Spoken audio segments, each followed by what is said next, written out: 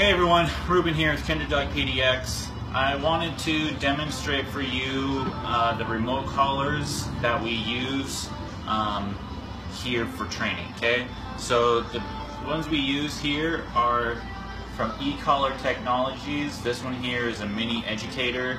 It works for a lot of dogs. They also come in bigger sizes for bigger dogs, but the one that we generally use is the mini educator. Basically, the mini educator is a remote training collar. It is not a shock collar. We don't shock dogs into submission or anything like that. This is more of a muscle stimulation. So you may have seen on Facebook ads the little ab thing that you can put on your abs, and it sends little pulses to give you a six-pack without having to go to the gym, I guess. So that's the same technology that's in here. You know, chiropractors use them. It's a TENS machine, and so that's what we're using in these. Okay, so the levels that we use are akin to tapping on the shoulder. If your dog's off leash and away from you, give them a tap on the shoulder. Oh, this is what I need to do, right? Prior to using the remote collar, we do a ton of leash work, you know, and that is showing the dog how to turn the pressure on and how to turn the pressure off, right? So what that looks like is we got the dog on a prong collar.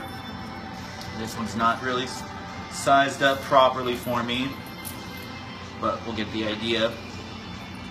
So say I'm at the end of the leash, okay, and I'm looking this way. What we're going to do from the very beginning is, if I'm looking over here, I'm going to apply pressure in the opposite direction, and as soon as I get that head turn, that pressure goes away, okay? And so then I get rewarded, say, hey, good. And so I start to learn, oh, okay, when I'm disengaged and I'm paying attention to something that I really want over there, I feel this little pressure, I turn my head, that pressure goes away,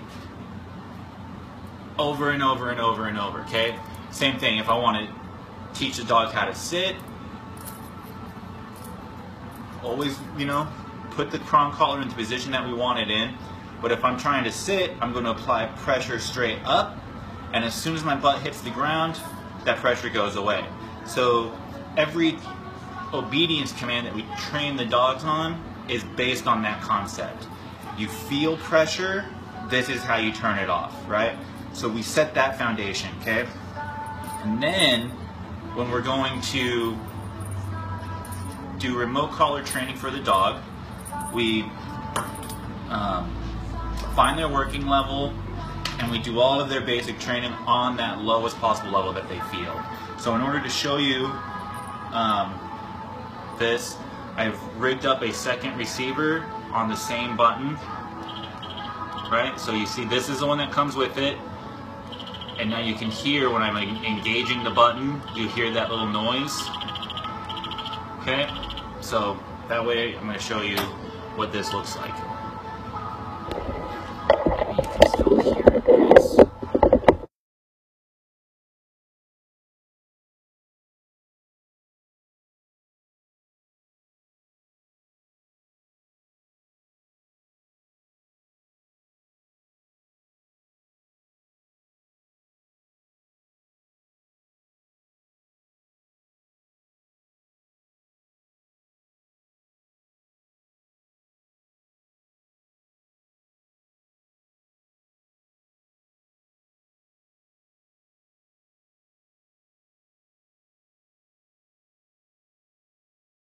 And now we're going to find the dog's working level.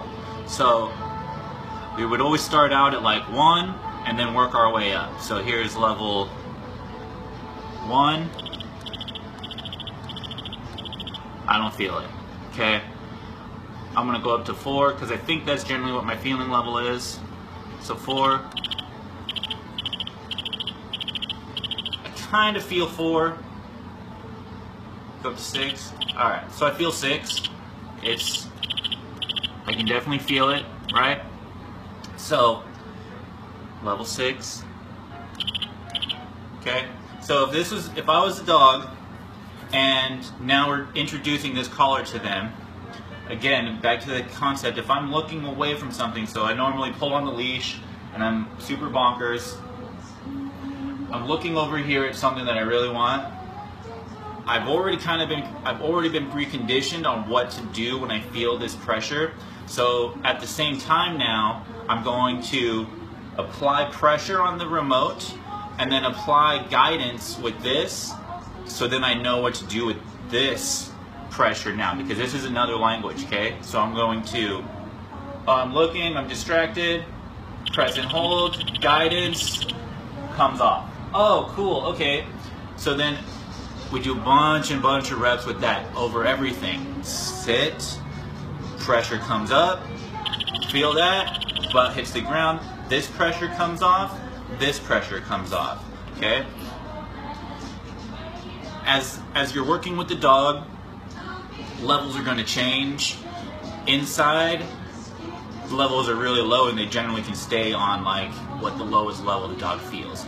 Outside, those levels might change because the dog now has a bunch of other competing motivators, which is the grass, the roses, the squirrels, the other dogs walking down the street, the people.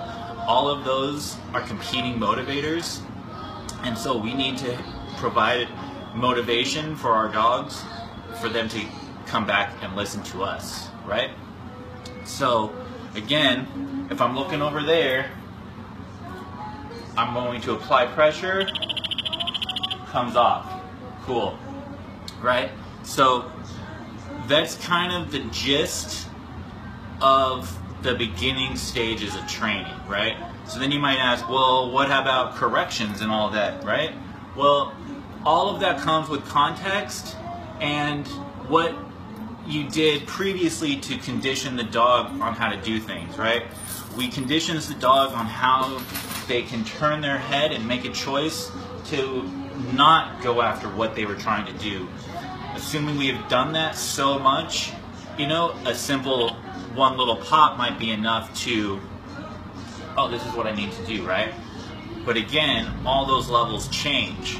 So for the purposes of this video, and I'm going to show you, so 6 is kind of like my working level. And that might even be a little too hot for me right now. So I'd probably go down to 4. 4 would be my working level now. 6 is where I started to feel it, but now I know what that sensation feels like, so I'd probably even go down and then do my training on there, okay?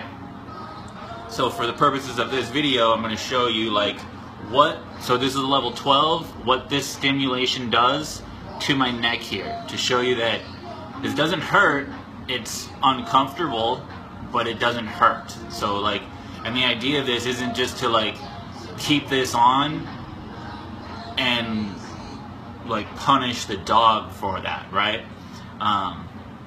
So this is not how we would use higher levels, but like this is what it looks like.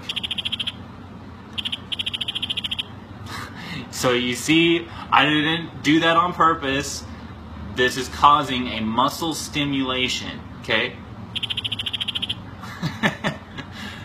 Is it painful? No. Is it uncomfortable? Absolutely.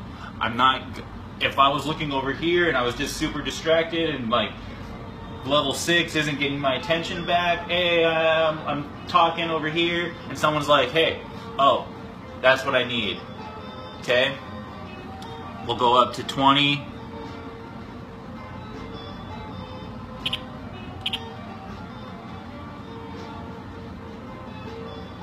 30. And then we'll just go to 100. See what that looks like? So that was 100 on high, right? You almost never have to use levels that high.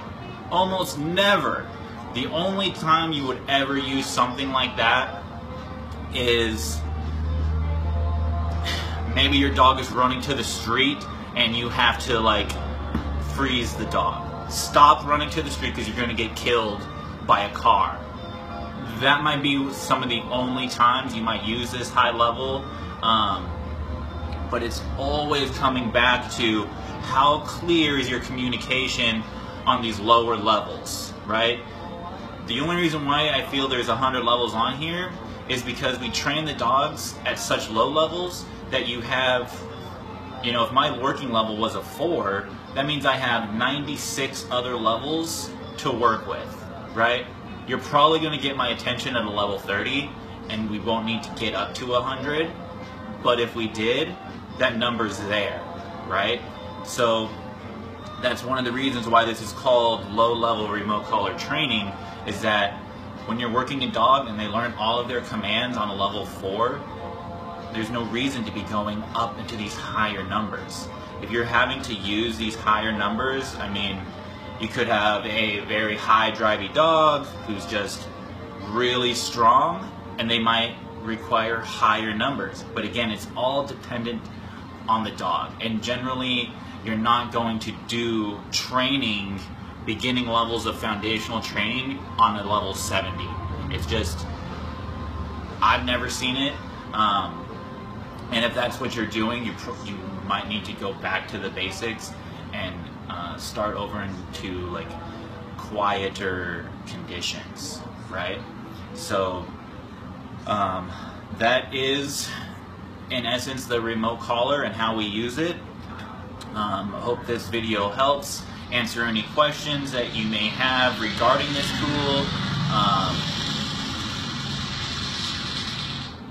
But yes, remote collar training is a fantastic communication device that ultimately helps us give our dogs more freedom and the abilities to make better choices, right?